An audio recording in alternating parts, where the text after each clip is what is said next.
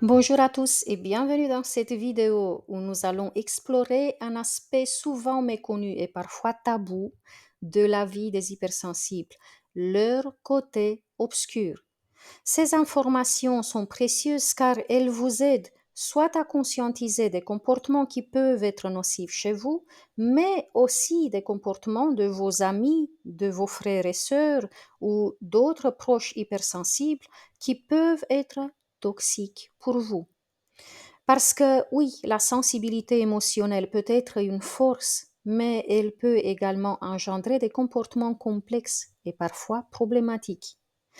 Préparez-vous donc à plonger dans une discussion franche et ouverte sur les défis que rencontrent les hypersensibles et sur la manière dont ils peuvent apprendre à évoluer dans ces eaux tumultueuses pour transformer leur sensibilité en une véritable force.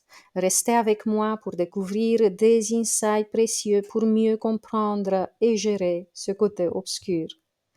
Voici donc quelques mécanismes de comportement qui ne sont pas toujours conscientisés, mais qui nous nuisent surtout lorsqu'on cherche à évoluer personnellement et spirituellement. 1. Manipulation émotionnelle. Et oui, les hypersensibles peuvent utiliser leurs émotions intenses pour influencer les autres. Par exemple, en exprimant leur tristesse ou leur détresse, ils peuvent susciter de la compassion et obtenir le soutien ou l'attention qu'ils recherchent. Pour vous donner un exemple, imaginons une personne hypersensible qui traverse une période difficile sur le plan émotionnel. Lors d'une conversation avec son ami, elle commence à exprimer sa tristesse de manière très intense en disant par exemple: je me sens tellement seule et incomprise. Personne ne se soucie vraiment de moi. Je ne sais pas comment je vais m'en sortir sans ton soutien. Dans cette situation, la personne HS utilise ses émotions pour susciter de la compassion chez son ami. En exprimant sa vulnérabilité de manière dramatique, elle cherche à obtenir l'attention et le soutien dont elle a besoin. Son ami touché par ses paroles peut se sentir coupable de ne pas être présent ou de ne pas avoir remarqué sa détresse. Dans cette situation-là, cette personne HS bloque son propre pouvoir intérieur afin de recevoir l'énergie de l'autre. 2. Victimisation. Un hypersensible peut se positionner en tant que victime pour attirer l'attention et la sympathie des autres. Cela peut l'amener à éviter la responsabilité de ses propres actions et à manipuler les sentiments des autres pour obtenir des excuses ou des justifications. Imaginons une autre personne qui est hypersensible et traverse une période difficile au travail. Un jour, elle reçoit des critiques constructives de son manager concernant son travail. Au lieu de prendre ces commentaires comme une opportunité d'apprentissage, cette personne réagit en se sentant profondément blessée et incomprise.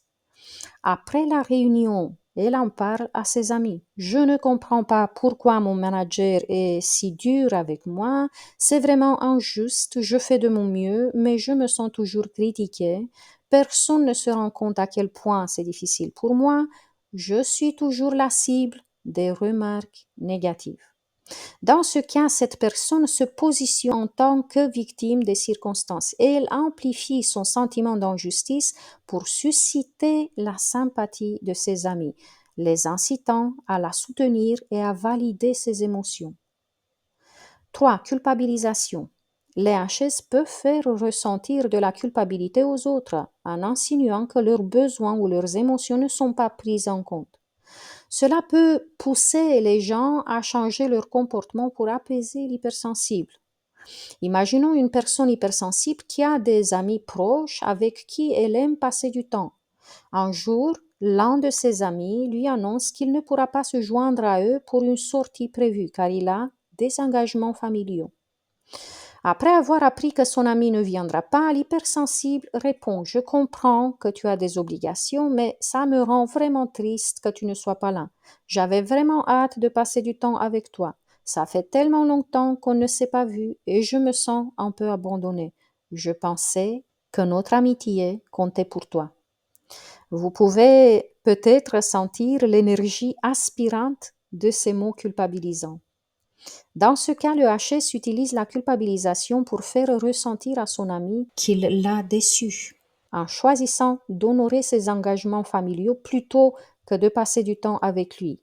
En exprimant sa tristesse et en insinuant qu'il se sent abandonné, il cherche à susciter un sentiment de culpabilité chez son ami. 4. Surprotection. Les hypersensibles peuvent inciter les autres à les surprotéger en amplifiant leur vulnérabilité. Cela peut créer une dynamique où les autres se sentent obligés de prendre soin d'eux, renforçant ainsi leur dépendance émotionnelle. Imaginons par exemple une personne qui est hypersensible et a souvent du mal à gérer ses émotions dans des situations sociales. Lors d'une sortie entre amis, elle se sent rapidement accablée par l'énergie et le bruit de la foule. Pour exprimer son malaise, elle dit à son compagnon: je ne sais pas si je peux rester ici longtemps, tout cela me stresse vraiment et je me sens tellement vulnérable, j'ai besoin que tu restes avec moi pour m'aider à traverser cela. Dans ce cas, la personne HS utilise son sentiment de vulnérabilité pour inciter son partenaire à la surprotéger. En exprimant son stress et en demandant explicitement du soutien, elle crée une situation où son compagnon se sent obligé de rester près d'elle et de la protéger des stimuli extérieurs. 5. Ambiguïté émotionnelle.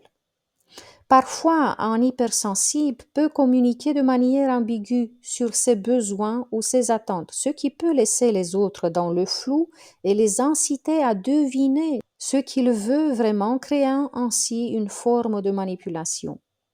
Imaginons un HS qui a des difficultés à exprimer clairement ses besoins émotionnels. Lors d'une conversation avec sa partenaire, il dit: je ne sais pas trop ce que je ressens en ce moment, je suis juste un peu fatiguée, mais je ne veux pas te déranger. Peut-être que c'est juste moi qui suis trop sensible. Dans cet exemple, le HS utilise une ambiguïté émotionnelle en ne précisant pas vraiment ce qu'il ressent et ce qu'il attend de l'autre. Il laisse entendre qu'il est fatigué mais ne communique pas clairement que cela pourrait être lié à des émotions plus profondes ou à des frustrations accumulées. En disant qu'il ne veut pas déranger sa partenaire, il crée une pression sur elle pour qu'elle devine ce qu'il ressent réellement. 6. Exploitation des liens émotionnels. Les hypersensibles peuvent exploiter les liens émotionnels qu'ils ont avec les autres en utilisant des souvenirs partagés ou des expériences émotionnelles communes pour influencer le comportement d'autrui. Imaginons une personne qui est hypersensible et a une forte connexion émotionnelle avec son meilleur ami. Elle traverse une période difficile dans sa vie personnelle, notamment en raison de problèmes relationnels et de stress au travail. Pour obtenir le soutien dont elle a besoin, elle commence à rappeler à son copain tous les moments difficiles qu'ils ont partagés ensemble. Voici un scénario d'exploitation des liens émotionnels où la personne HS pourrait dire à son ami: tu te souviens quand j'ai traversé cette période difficile l'année dernière et que tu étais toujours là pour moi? J'ai vraiment besoin de toi maintenant. Je me sens tellement perdue et je ne sais pas comment faire face à tout ça sans ton aide. Dans ce cas, la fille HS exploite leur lien émotionnel fort en évoquant des souvenirs passés pour inciter l'ami à lui offrir un soutien accru. Elle fait appel à leur histoire commune pour renforcer son besoin d'attention et d'aide. Il est important de noter que tous ces comportements ne sont pas toujours intentionnels chez les hypersensibles. Souvent, ils agissent par instinct ou par besoin de protection émotionnelle. La prise de conscience et le travail sur soi peuvent aider à atténuer ces comportements et à établir des relations plus saines et plus équilibrées. Dites-moi en commentaire si vous avez déjà repéré de tels comportements chez vous ou peut-être chez une personne HS que vous connaissez.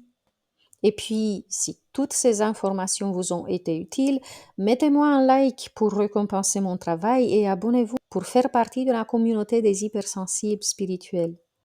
Pour les nouveaux abonnés, sachez que vous avez sur ma chaîne des séances d'hypnose thérapeutique qui traitent toutes les blessures de l'âme. Je vous invite à les écouter car ceux qui ont fait ces séances et qui ont laissé des commentaires parlent d'un réel soulagement. Je vous laisserai le lien dans la barre d'infos et vous avez aussi le lien vers ma boutique en ligne qui a presque 40 autres séances d'hypnose thérapeutique qui traitent des différentes problématiques que vous pouvez rencontrer en tant qu'hypersensible. C'était Claudia Stéphane, hypnopraticienne spécialisée dans la thérapie pour les hypersensibles et les surdoués. Merci à tous d'avoir partagé ces moments avec moi. Jusqu'à la prochaine fois, je vous embrasse tous très fort. Prenez bien soin de vous.